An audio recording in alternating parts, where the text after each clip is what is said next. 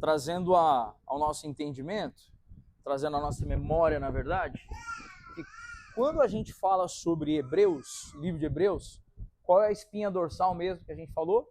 É o livro de Hebreus, a suficiência de Cristo, certo? E eu achei muito especial porque eu peguei aí alguns vídeos nessas últimas semanas para assistir do Augusto Nicodemos, do Hernandes Dias Lopes, e aí comecei a estudar e aí percebi que eles usam duas expressões. Para eles, hebreus, eles discutem a suficiência de Cristo, mas eles também usam a expressão a supremacia de Cristo, né? Que fala sobre Cristo estar acima de todas as coisas, acima de tudo e de todos. Eles trabalham essas duas perspectivas. No texto de Hebreus 6, se vocês concordarem, a gente já fez do 1 ao 3, né? Foi ou não foi? Sobre os fundamentos da fé, né? Falamos sobre arrependimento das obras mortas, fé em Deus, ensino de batismos, imposição de mãos, ressurreição dos mortos e juízo eterno. Aí a gente fechou a parte de fundamentos da fé. E segundo Hernandes Dias Lopes e Augusto Nicodemos, nós vamos começar agora o trecho das Escrituras mais difícil de ser interpretado, que é Hebreus 6, de 4 a 8. Tudo bem? É o texto mais controverso em toda a Escritura entre grupos teológicos. Eu evito entrar nisso, vocês me conhecem, né? Eu evito entrar nesse prisma de calvinismo, arminianismo, porque Calvino e Lutero vieram depois dos pais da igreja, né, gente? Então a gente pode mencioná-los, mas nós estamos aqui falando primeiramente sobre o ensino dos pais da igreja. Amém? Então vamos ler, começando em Efésios 6,4. O que está dizendo ali para a gente? É impossível, pois, que aqueles que uma vez... Hebreus 6,4. Eu falei o quê? Eu falei Efésios? Desculpa, gente. Perdão. Eu tenho muita dificuldade de concentração. Muito. Mas a graça é isso, né? A graça é uma capacitação sobrenatural para vencer essas coisas, né? Então vamos na graça, irmão. A gente que tanto ensina, tem que usar o que a gente ensina, né? Então vamos embora. Então vamos lá. Hebreus 6,4 diz o quê? É impossível, pois, que aqueles que uma vez foram iluminados e provaram o dom celestial, se tornaram participantes do Espírito Santo, provaram a boa palavra de Deus e os poderes do mundo vindouro e caíram. Sim, é impossível outra vez renová-los para o arrependimento, visto que, de novo, estão crucificando o Filho de Deus, expondo a zombaria. Porque a terra que absorve a chuva, que frequentemente cai sobre ela, e produz plantas úteis para aqueles que a cultivam, recebe bênção da parte de Deus, mas se produz espinhos e ervas daninhas, é rejeitada e está perto da maldição, e o seu fim é ser queimada. Quanto a vocês, meus amados, ainda que falemos dessa maneira, estamos certos de que coisas melhores os esperam, coisas relacionadas com a salvação, porque Deus não é injusto para se esquecer do trabalho que vocês fizeram e do amor que mostraram para com o seu nome, pois vocês serviram e ainda estão servindo aos santos. Desejamos que cada um de vocês continue mostrando até o fim o mesmo empenho para a plena certeza da esperança, para que não se tornem preguiçosos, mas imitadores daqueles que pela fé e pela paciência herdam as promessas. Pois quando Deus fez a promessa a Abraão, visto que não tinha ninguém superior por quem jurar, jurou por si mesmo, dizendo: certamente eu o abençoarei e multiplicarei os seus descendentes. E assim, depois de esperar com paciência, Abraão obteve a promessa, porque as pessoas juram pelo que lhes é superior, e o juramento, servindo de garantia, põe fim a toda discussão. Por isso, quando Deus quis mostrar com mais clareza aos herdeiros da promessa que o seu propósito era imutável, confirmou com juramento.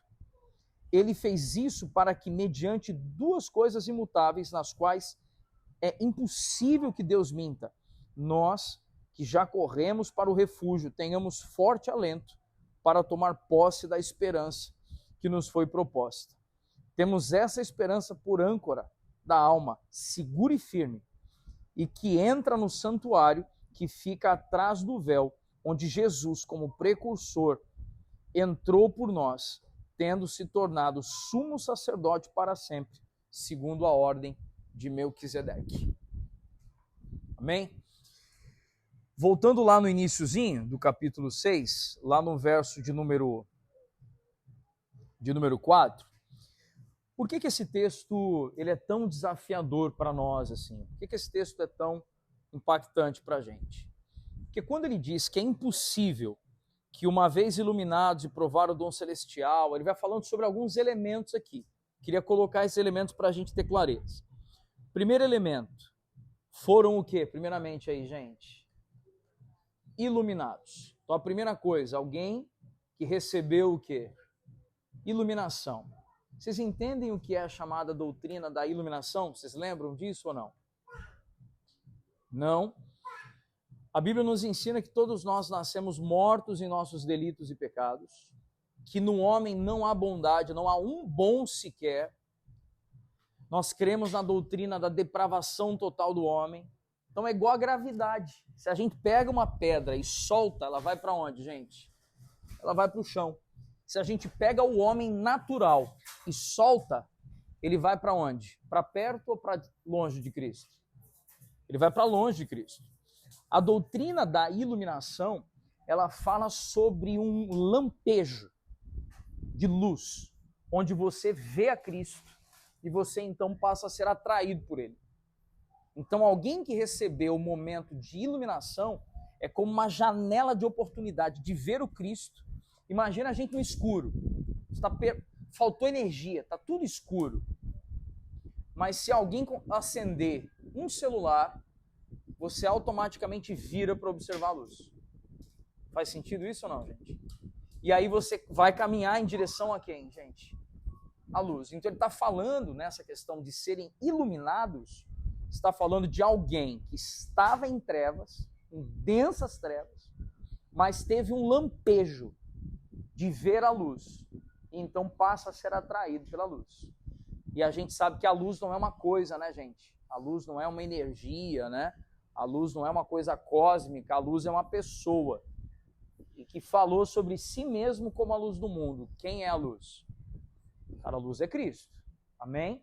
Então, ser iluminado é ter um relance, né? Bater o olho e você teve ali uma compreensão prévia. Não é plena, mas é uma compreensão prévia de quem é o Cristo. Amém? Então, a primeira coisa, alguém que foi o quê? Iluminado. Depois, provaram o quê, gente? O dom celestial, a minha tradução diz. A sua diz o quê? Bondade. A bondade e o dom celestial aqui falam sobre os meios de graça. Como assim os meios de graça? Quando a gente se ajunta, quando a gente se reúne, por exemplo, para cultuar o Senhor, a gente canta junto, a gente ora junto, a gente ouve uns aos outros. Isso tudo é muito importante.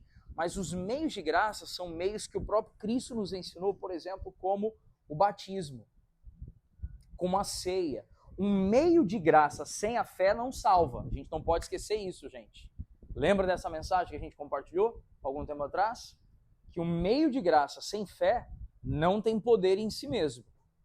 A ceia sozinha salva ou não, gente? Não. O batismo, a extrema unção, salva ou não? Não, porque tudo isso é mediante a fé, é pela graça, mediante a fé em Cristo Jesus. Mas alguém que experimentou os meios de graça, ou seja, alguém que foi iluminado, alguém que comungou, quero usar essa expressão, Alguém que fez o quê, gente? Comungou. O que é comungar? O que é comungar, gente? Comungar fala de ter comunhão por meio do repartir. Isso é comungar. Por exemplo, a Igreja Católica, ela ensina mais sobre o comungar, às vezes, do que a Igreja Cristã, né? Porque quando vai fazer, por exemplo, o momento da hóstia, eles falam o momento de fazer o quê? Nós vamos comungar. E às vezes a gente rechaça algumas coisas do catolicismo, mas a gente deveria observar a forma com que eles ensinam, e que é muito especial. Porque o comungar ali fala de você se assentar para repartir com alguém o que você tem, mas também receber do outro o que o outro tem. Então está falando de alguém que foi iluminado, alguém que provou o dom celestial. Agora, alguém que se tornou o quê, gente? Qual a próxima parte do texto aí? Alguém que se tornou participante do Espírito Santo. Alguns teólogos, e o N.T. Wright concorda com o que eu vou mencionar agora aqui, fala sobre o ensino de imposição de mãos. Lembram disso ou não? A pessoa era batizada por imersão, quando ela era levantada das águas, ela recebia uma imposição de mãos, não como um ato místico de agora seja cheio, né? Mas como um ato simbólico perante as pessoas de, esse daqui recebeu o dom do Espírito, certo? Então está falando aqui de ter recebido essa imposição de mãos, ok? Provaram a boa palavra de Deus. O que quer dizer provaram a boa palavra de Deus? Está dizendo o que é isso daí aí, gente? O que vocês entendem aí por esse provar a boa palavra de Deus? Receber o alimento das Escrituras. Se a gente for trazer bem para o nosso linguajar popular assim, ouviram mensagens bíblicas, cristocêntricas, receberam a boa palavra de Deus. Então alguém que sentou, ouviu uma mensagem que era fiel à palavra de Deus, de verdade. Amém? Logo depois diz que experimentaram os poderes do mundo vindouro. O que quer dizer experimentaram os poderes do mundo vindouro? Quer dizer que essa pessoa conseguiu ter uma compreensão de uma esperança de novos céus e nova terra. Olha só, gente. Então nós estamos falando de uma pessoa que ela experimentou os 6 fundamentos da fé. Vocês conseguiram perceber que são 6 pontos aqui, assim como são 6 elementos fundamentos da fé? Então a pessoa, ela fez o quê? Ela foi iluminada, provou o dom celestial, se tornou participante do Espírito Santo, provaram a boa palavra de Deus e os poderes do mundo vindouro. E aí está dizendo, logo depois fizeram o quê? Caíram. Certo? Caíram. E aí diz que é impossível outra vez renová-los para o arrependimento, visto que de novo estão crucificando para si mesmos o Filho de Deus, expondo a zombaria. Então, quando ele fala aqui sobre o cair, né, quando ele fala sobre essa questão aqui de alguém que experimentou tudo isso, mas caiu, a gente tem 2 formas de interpretar isso daqui, certo? As 2 formas seriam as seguintes. A primeira, quando a gente pega a primeira epístola de João, capítulo 2, vai dizer que aqueles que estavam entre nós, mas saíram, não eram dos nossos. E é muito interessante que a gente precisa até trazer esse entendimento. Por quê? Porque às vezes a gente usa essa frase, esse texto bíblico, para falar quando alguém sai de uma igreja local e vai para outra igreja local. Ah, saiu daqui porque não eram dos nossos. João não estava falando disso. João estava falando de gente que estava na igreja, no ajuntamento dos santos, mas renunciou ao evangelho e voltou para as práticas não cristãs. Então está dizendo, olha, essa pessoa estava aqui porque ela estava entendendo que para ela era bom estar ali, né, por causa do convívio social, o convívio familiar, mas ela não tinha uma expressão de fé consistente. Por isso ela nos abandonou.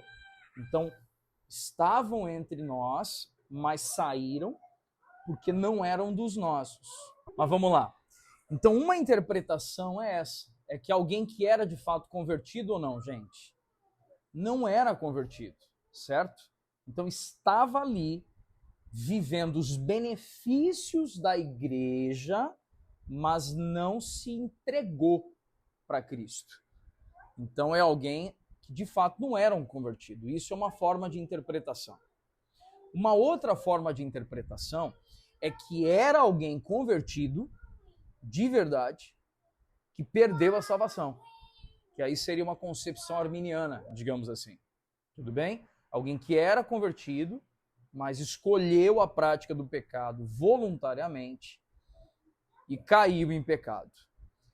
Qual é a nossa forma de interpretação sobre isso? A nossa forma de interpretação sobre isso é que, independente dessas duas interpretações, qualquer pessoa que me procure arrependida, eu não vou perguntar se ela era salva ou não era, mas eu vou oferecer a ela o ambiente propício para a reconciliação com Cristo.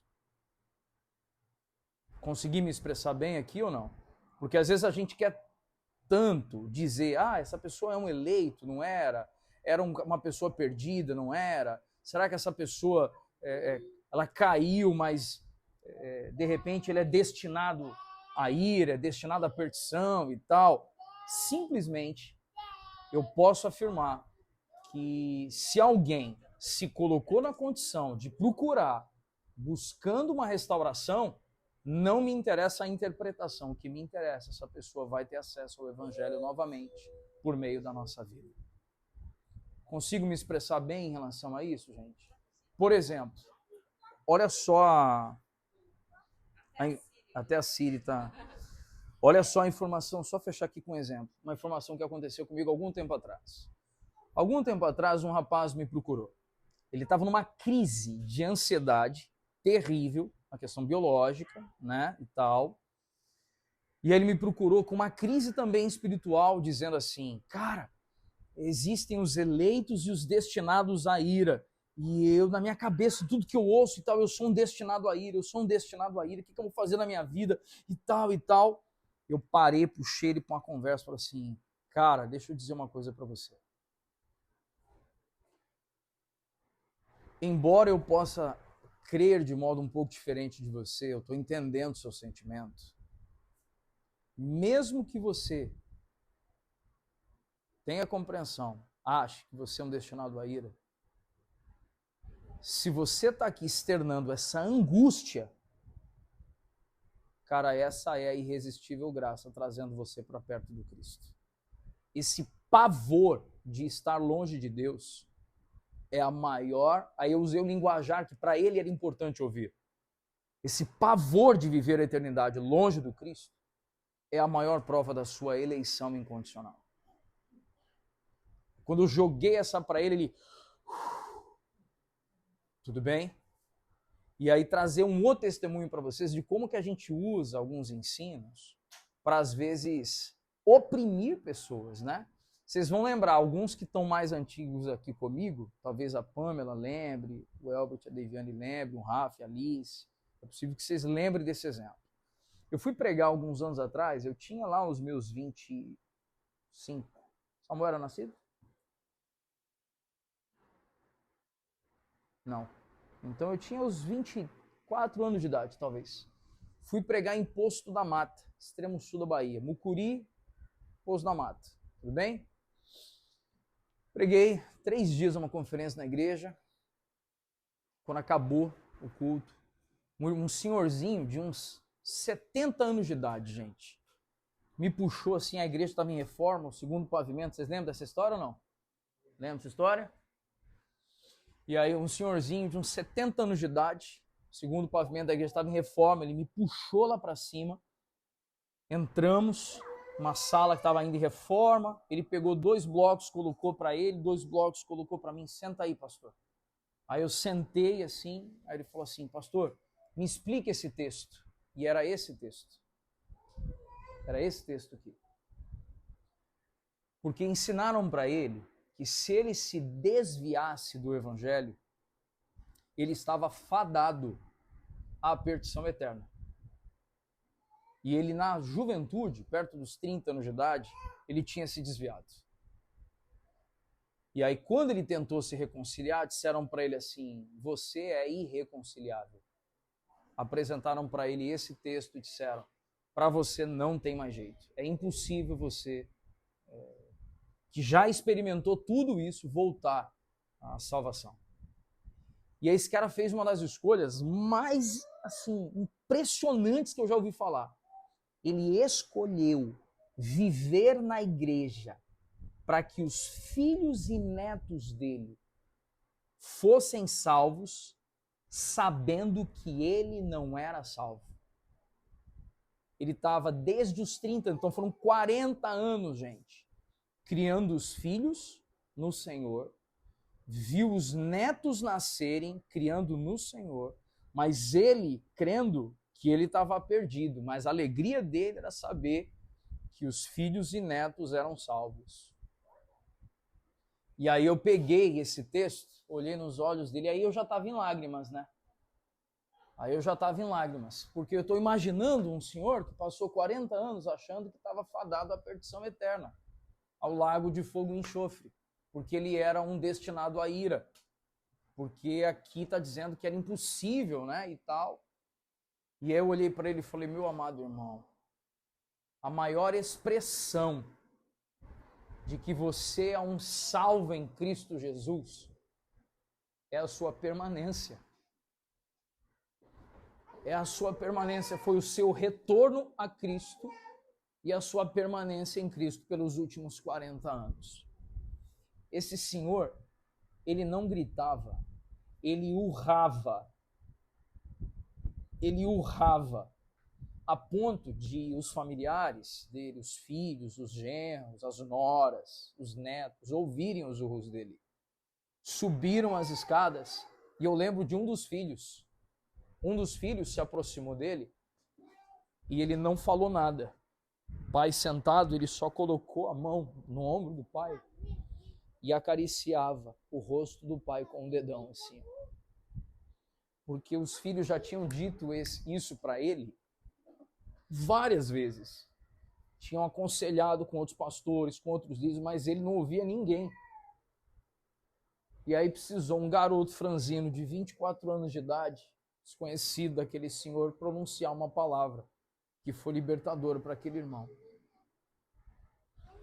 Isso fala da gente, assim, ter muito cuidado com como a gente ensina, assim, sabe? Porque o como a gente ensina pode matar alguém. E a gente sabe que a palavra, ela é o meio pelo qual o Espírito nos vivifica. Então esse texto nas Escrituras, ele coloca claramente que há sim pessoas que vão apostatar da fé. Há sim, infelizmente. Há pessoas que vão abandonar a fé. Mas é o...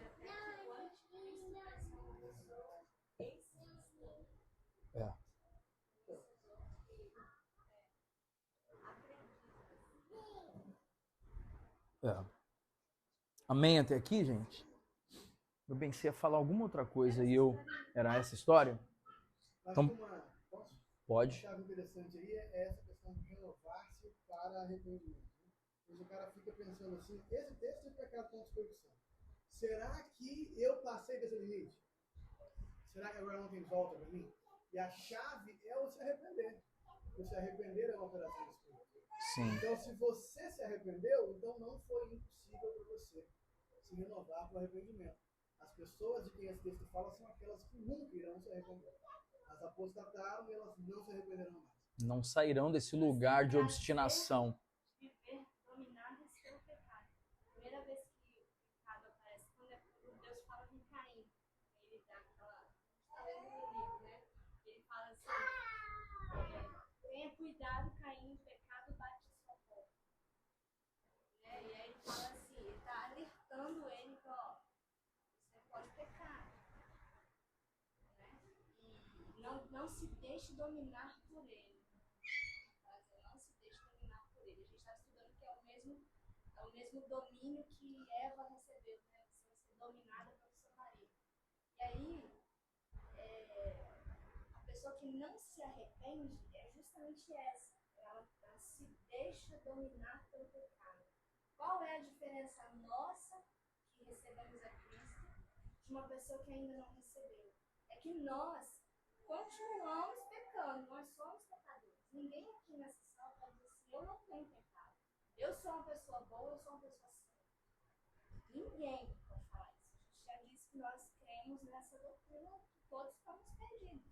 Porém, quando a gente recebeu a Cristo, a gente recebeu a graça para Deus não nos deixa ser dominados pela vontade de pecar. Eu desejo, né?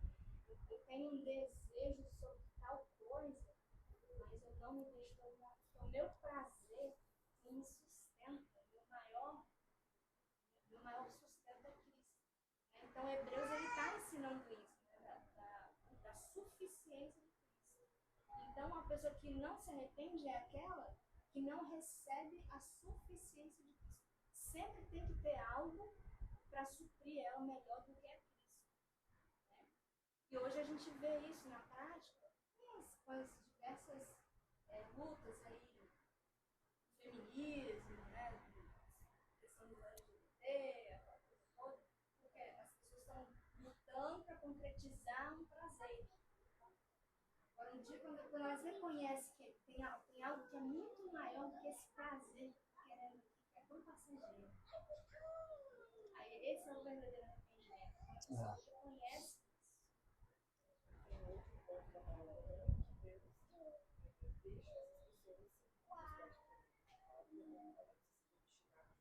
Sim. Sim. Exato. Exato. Inclusive, Thaís e Deviane, vocês comentaram isso, a questão de ser entregue ao próprio prazer, né?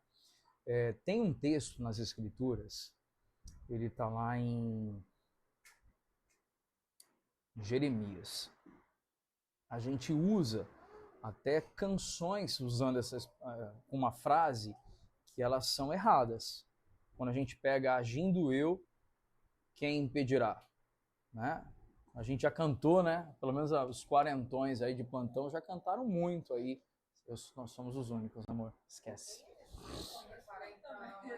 Nós somos os únicos. Somos os únicos.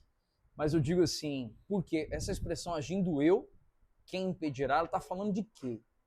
Diz sobre Israel, que Israel era como uma prostituta. Olha só, gente. Israel era como uma prostituta. E que o Senhor colocou um anzol no nariz. E o que um pescador faz quando põe um anzol? Primeiro, o que você faz? Você dá a corda. Daí a expressão dar corda, entendeu, gente? Esse dito popular é daí. Pôs o anzol no nariz e faz o quê?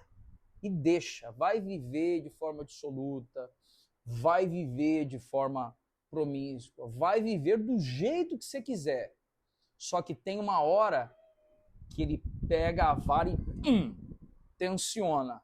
Aí já dá-lhe um tranco. E o Senhor disse, e vos tornarei a mim. E aí vem, agindo eu, quem impedirá? Entende o que é o significado dessa expressão, gente? Olha, ele está falando de Israel. Então, olha que especial a gente considerar isso. Porque a gente sabe que, então, ainda que haja alguém obstinado, que está apostatando e tal, como o Rafa disse, e como Elinete também mencionou também aqui, qual é o maior indício de que ainda há possibilidade de redenção para essa pessoa? Frutos dignos de arrependimento. Pessoa arrependeu, eu não posso privá-la da salvação usando esse texto, dizendo, não, para você não tem mais jeito, porque o arrependimento é o meio pelo qual alguém volta a Cristo.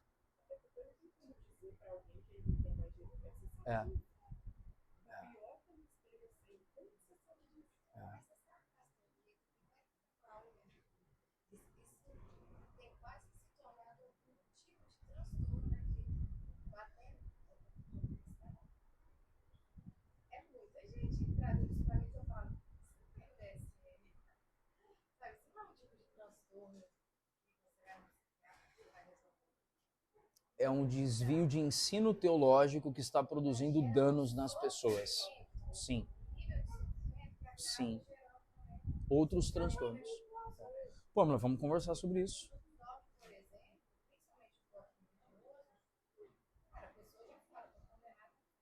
É isso aí. Agora, isso porque há uma mensagem de arrependimento que deve ser pregada. Amém ou não, gente? Amém? Deve ser pregada a mensagem de arrependimento. Mas lembro de uma ilustração que eu sempre faço, gosto de fazer, perna direita, perna esquerda. Arrependimento me mostra a minha miséria, a minha miserabilidade, a minha depravação. Mas a graça me lembra que por meio de Cristo eu consigo vencer o pecado. Então a gente precisa apontar essas duas coisas. Então eu não sou nem tão bom que eu possa viver sozinho, e eu não sou nem tão ruim que eu não possa melhorar, porque a graça faz um trabalho no nosso interior que vai nos aperfeiçoando. E aí, vamos lá, relembrando uma coisa que a gente ensinou algum tempo atrás. Essa é a chamada doutrina do quê? Dessa obra do Espírito. Doutrina da regeneração. O Espírito vai agindo em nós gradativamente. Isso é que Paulo fala em 1 Coríntios, que é de glória em glória. Porque ele vai trabalhando em nós, regenerando onde há miserabilidade, para nos tornar semelhantes ao seu Filho, nos tornar semelhantes a Jesus. Então, quando alguém se apresenta com marcas de arrependimento, eu preciso estender de imediato a mão para ele. Fala, mano. Interessante o que você falou, reverte o propósito do Evangelho. Porque a lei foi dada para revelar a condenação. E o Evangelho vai pacificar essa compreensão, porque agora eu sei que eu sou vulnerável, eu sei que eu sou miserável, mas a graça me alcançou. E às vezes a gente prega o Evangelho de forma moralista, retomando então o conceito que era a lei. O pastor Antônio Carlos Costa tem um comentário muito interessante. Ele fala que se Moisés for pregado nos nossos cultos, domingo após domingo, todos ficarão neuróticos. Não vai sobrar ninguém com saúde emocional. E infelizmente a gente sabe que Moisés tem um pouco mais pregado do que deveria como o Evangelho. Moisés veio como aquele que implementou a lei, tanto que é chamado de a lei mosaica. Só que Gálatas nos ensina que a lei era um aio. O que é um aio? É uma babá. É só para nos guiar até a maturidade, mas Cristo é maior do que Moisés. A lei nos revela a nossa miséria. Cristo nos mostra onde nós podemos atingir e nos tornar semelhantes a Ele. Tá fazendo sentido aí, gente? Legal? Agora, oi, filho. Talvez se falar de fugir de polêmica é o mais ideal, mas falando em questões igual, se vê muito, né? Eu já lidei com situações estranhas. Você fala, pô, tô condenado e tal, eu já fui predestinado ao inferno, né? Ou à ira. A gente talvez falar desses termos num propósito mais abrangente. Por exemplo, anticristo, essas coisas que são mais abrangentes, que têm o seu lugar. Talvez faça mais sentido do que na nossa vida pessoal da minha atitude em si, né? Tipo assim, eu posso mudar a atitude diferente de uma coisa, de um propósito global, que tem a ver com o plano do Senhor, com a compreensão de todas as coisas, a conclusão do fim sempre, enfim, esse tipo de coisa. Agora, no âmbito pessoal, acho que a graça sempre vai ter um lugar, né? Talvez uma recomendação que eu deixaria é um livro chamado A Culpa e a Graça do Paul Trier. De quem? Paul Trier. Ele é um não sei se é psiquiatra, psicanalista, sei lá. Ele é cristão, pastor e tal, e ele tem uma palavra nessa área, né? E essencial, a culpa e a graça. Passa no grupo lá depois pra gente, beleza?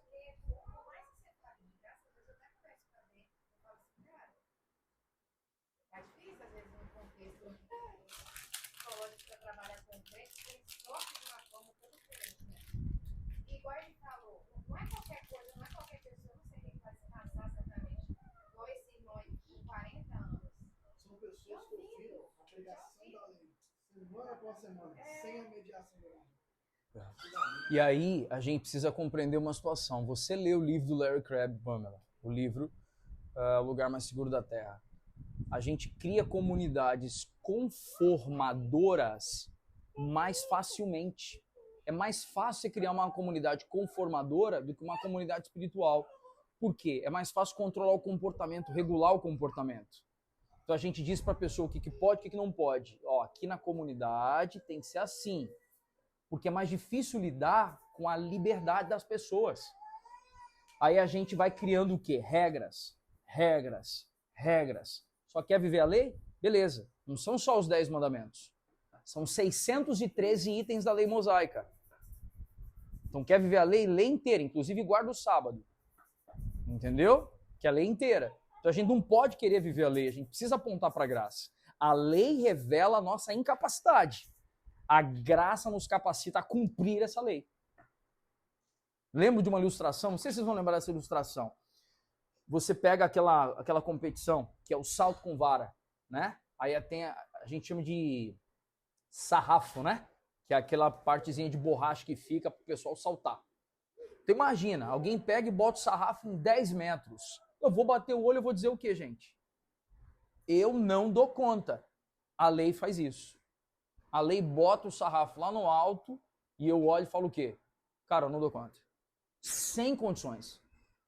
Só que aí vem o Espírito na minha orelha e fala assim, corre. Eu falo, não senhor, corre. E aí na hora que a vara toca no chão, meu corpo começa a subir, mas eu sei que não dá. Eu sei que não dá. E aí o que é a graça, gente? É ele pegar e me joga para passar.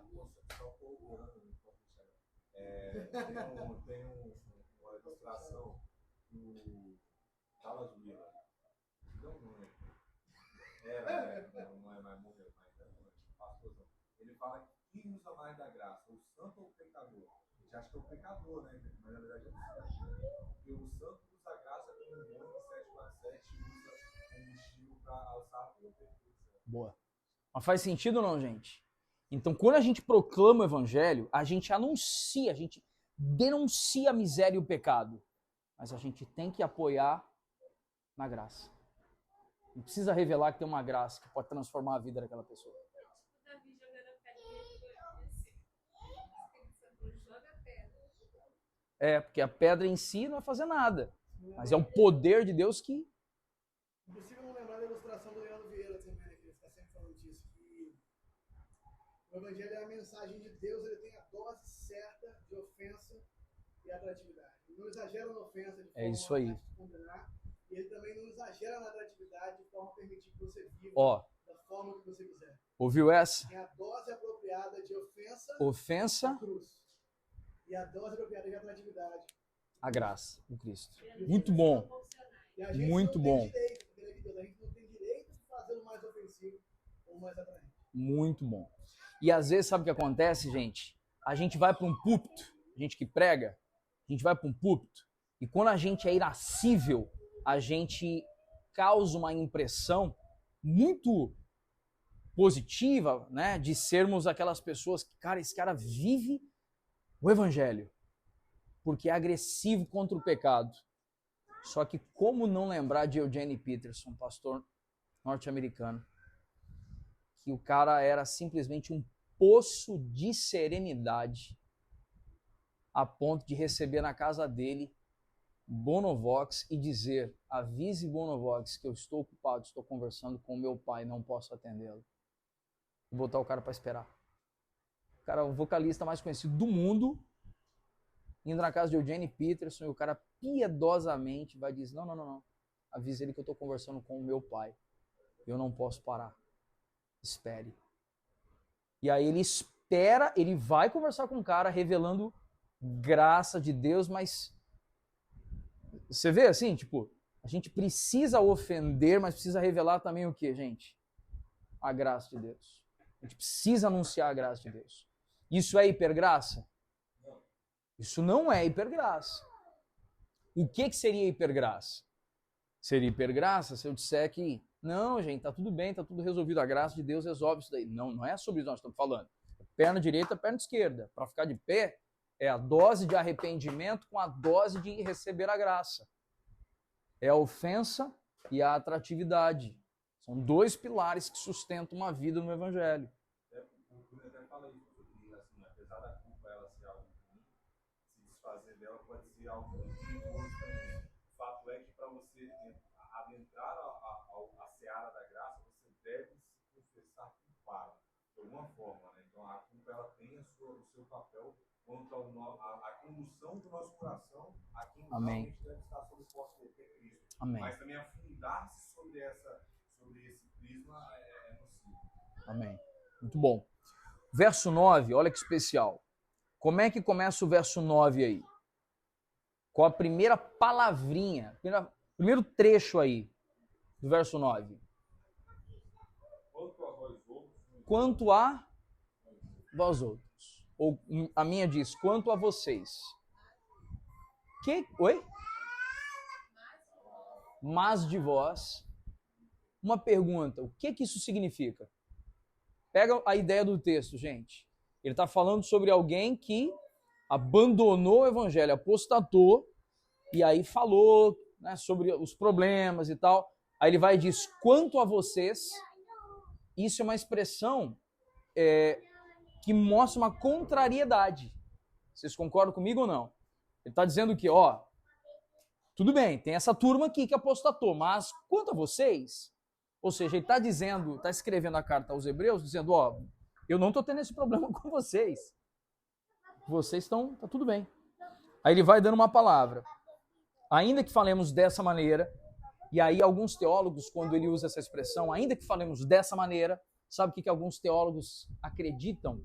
E Augusto Nicodemos e Hernandes Dias Lopes são dois deles, que essa expressão é dizendo, eu falei tudo que eu tinha para falar, para que vocês não caiam, não se tornem essas pessoas. Então é uma expressão de advertência. Olha, vocês que estão aqui, que vocês não se tornem esses que apostatam da fé. Tudo bem? Estamos certos de que coisas melhores nos esperam, coisas relacionadas com a salvação. De forma implícita nada, né? De forma clara aqui, o escritor aos Hebreus está dizendo, olha, tem os que apostataram, mas eu enxergo frutos de arrependimento na vida de vocês, porque vocês são salvos. Vocês são salvos.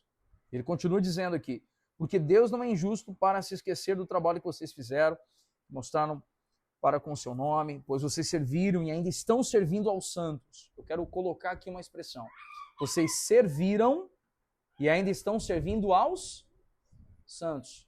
Para a Milena ali que gosta de anotar e quem estiver também registrando algumas coisas aí, qual é a maior expressão de uma vida piedosa? O serviço mútuo. A gente diz que a gente está servindo a Deus quando a gente serve ao irmão. A gente não tem como servir a Deus e não servir o irmão. O meio pelo qual o amor a Deus se revela é quando eu sirvo aos irmãos. Amém? Continua. Desejamos que cada um de vocês continue mostrando até o fim o mesmo empenho para a plena certeza de esperança, para que não se tornem preguiçosos, mas imitadores daqueles que pela fé e pela paciência herdam as promessas. Ele está falando da gente combater preguiça e manter fé e paciência, manter a esperança para herdar as promessas da parte de Deus. E essa promessa aqui nós estamos falando de quê, gente? Casa nova, carro novo. É isso ou não? Tenha fé na sua promessa, irmão. Nós estamos falando de que promessa? Nós estamos falando de uma promessa de eternidade. O livro fala sobre a suficiência do Cristo, a supremacia de Cristo, que nos dá a condição de estarmos nele pela eternidade. Amém? E eu quero fechar aqui o compartilhar dessa manhã, porque eu vou fazer na semana que vem o fechamento do 6 para introduzir o 7. Tudo bem? Diz que a promessa de Deus é imutável. Né? Antes do verso 13, o meu títulozinho aqui, a promessa de Deus é imutável. E diz que Deus, quando fez a promessa a Abraão, ele não tinha por quem jurar. Porque quando a gente jura por alguém que é o quê? Superior, certo? E ele jura por ele mesmo. Então vou jogar uma, deixar a curiosidade e semana que vem a gente continua. Qual é a situação? Lei pode ser revogada. Juramento, não. Ouviram essa ou não? Lei pode ser revogada. Juramento, não. Vou falar de uma coisa que eu lembro, que ninguém aqui vai lembrar. Quando a gente teve um plebiscito no Brasil, no fim da década de 80, para definir qual seria o modelo de governo no Brasil. Se ia ser presidencialismo, parlamentarismo, tudo bem? Oi? A monarquia entrou em plebiscito, tudo bem? Então, quando você tem uma questão de votação, você tem uma mudança de autoridade, a lei é revogada. Tudo bem ou não, gente? A lei pode ser revogada. Tanto que depois veio a promulgação da Constituição em 1988, que foi a nossa primeira Constituição de verdade, que é vigente até hoje. Tudo bem? Lei pode mudar, beleza? Juramento? Não. E o Senhor fez um juramento de que constituiria, a partir da descendência de Davi, um sacerdócio segundo a ordem de Melquisedeque. E essa não é uma lei, esse é um juramento do Senhor. E ele não foi revogado. E é antes da lei. E aí, gente, para mim, é a cereja do bolo, é Hebreus 7. Por quê? Alguns teólogos acreditam, e o N.T. Wright acredita nisso, o Led acredita nisso, Hernandes, Augustus Nicodemos, e eu não sou teólogo, mas eu acredito nisso. E no que eu acredito? Que os 6 primeiros capítulos de Hebreus preparam para o 7. E o 8 em diante são desdobramentos do 7º capítulo. Porque é no 7º capítulo que a gente vai ver sacerdócio levítico, sacerdócio segundo a ordem de Melquisedeque. E aí a gente vê que a lei é revogada, mas o juramento não. E isso fala de que o Senhor é fiel e ele mantém a sua palavra fiel por toda a eternidade. Legal, gente? Maneiro? Incrível, né? Cadê meu celular? Aqui. Eu acho interessante